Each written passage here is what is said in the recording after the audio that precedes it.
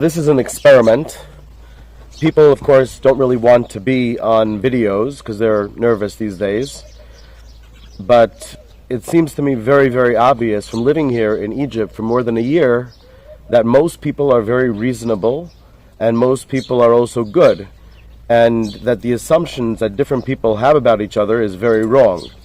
I think that the assumptions that Americans and Israelis might have about Egyptians or about Muslims or about Arabs are wrong, and the assumptions that Egyptians or Muslims might have about Americans or Israelis are also wrong.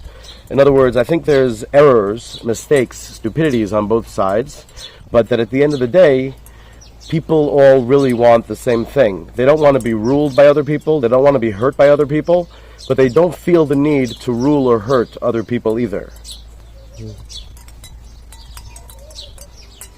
اوكي اسألني بقى سؤال محدد كده وانا ارد عليك.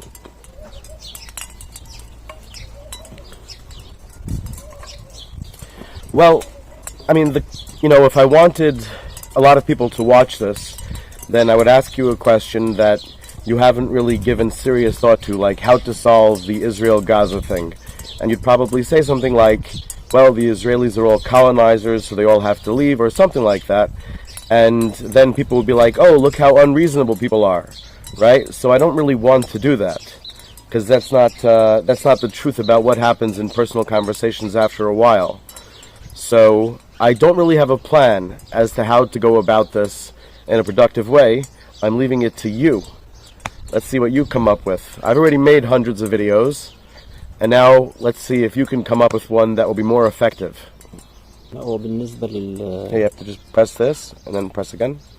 بالنسبة للغزاويين هم قاعدين في بلدهم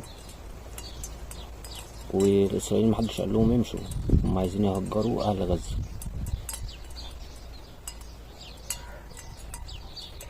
As for the Gazans, they are staying in their country. No one told Israel to go. They want to run to the people of Gaza.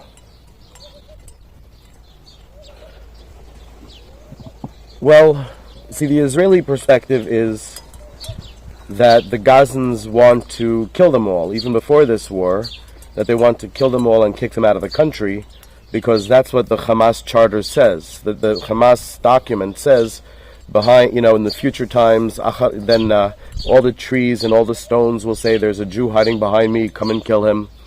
So the Israeli perspective was mostly, it was kind of like half right-wing and half left-wing, but the left-wing people were the ones who were killed on October 7th. On October 7th, the people that Hamas killed were the left-wing ones, so now there's no left-wing left in Israel. So they really think that the Gazans are not reachable at all. Now, I tried to have a live conversation with Yihya Sinwar back when he was alive, but I didn't succeed in getting that conversation. Also to have a live conversation with Netanyahu. But at the end of the day, I don't think that a few people should speak for everybody. We live in a world now where it's possible for the whole world to be involved and to have genuine conversations. But the people in control of the internet, really just a few companies, they make sure that rational, reasonable people like myself don't get viewers. Instead, all you have is all the retarded things, the hateful things on the internet, people screaming at each other. So that gives the few rulers in charge, the few really rich people, the excuse to rule the whole world. They say, hey, if it wasn't for us, everyone would kill each other. But I think that I was willing to go to Gaza on October 8th. I wrote about it on my Substack. I wrote right then and there I'd go to Gaza if I could speak to the actual people. But every country only has a few rulers involved, and they don't let you speak to the average people. But I think that the average person in Gaza really just wants to be alive. They just don't want to be.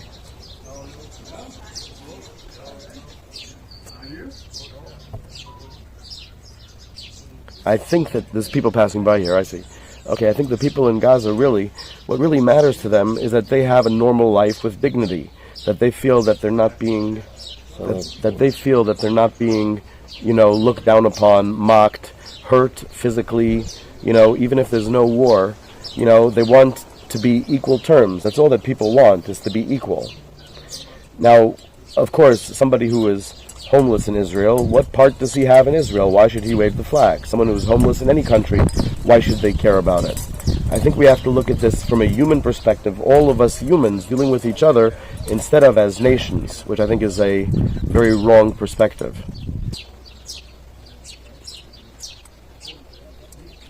I will be quiet. Censorsing.